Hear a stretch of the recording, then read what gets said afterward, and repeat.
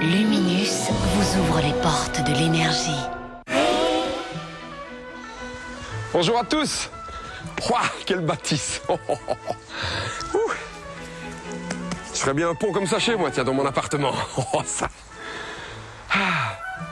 Venez avec moi, j'ai quelque chose à vous montrer de très intéressant. Parce qu'à l'époque, il n'y avait pas 36 solutions pour se protéger du froid. Par contre, ils avaient déjà compris que pour réguler la température, l'épaisseur des murs pouvait fortement aider. Regardez-moi ça. Incroyable. Heureusement, de nos jours, 1 mètre d'épaisseur, ça n'est plus nécessaire. Non.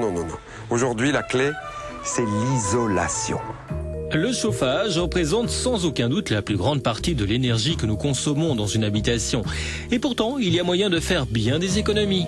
Comment ? En isolant. L'isolation des murs est l'une des réponses au coût énergétique. Des murs extérieurs mal isolés peuvent en effet provoquer jusqu'à 25% de perte en énergie.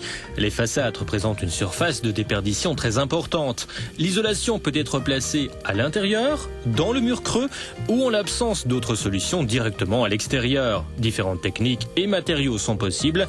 Dans le cas d'une façade extérieure, on isole à l'aide de panneaux recouverts de fibres de verre, puis on applique une finition en crépi. Pour l'intérieur, les plaques isolantes doivent être couplées à un pare-vapeur.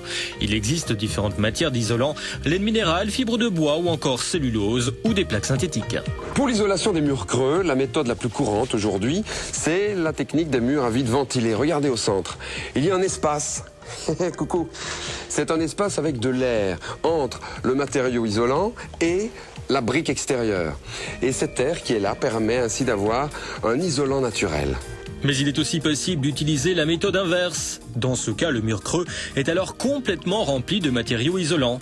L'avantage est évident, on peut appliquer plus de matériaux d'isolation. Mais attention, il doit être résistant à l'humidité. Voilà, vous voyez, ce n'est pas très compliqué. En plus, il y a des primes. 25 € par mètre carré de mur isolé en région wallonne, avec un plafond de 10 000 € par habitation et par an. Bon, et tout ça, c'est sans compter sur les gains d'énergie que vous allez faire. Donc c'est la grande théorie du moins par moins donne plus. Moins de frais parce qu'il y a des primes, moins d'énergie gaspillée et plus dans votre portefeuille. C'est bien ça, non ? À la semaine prochaine.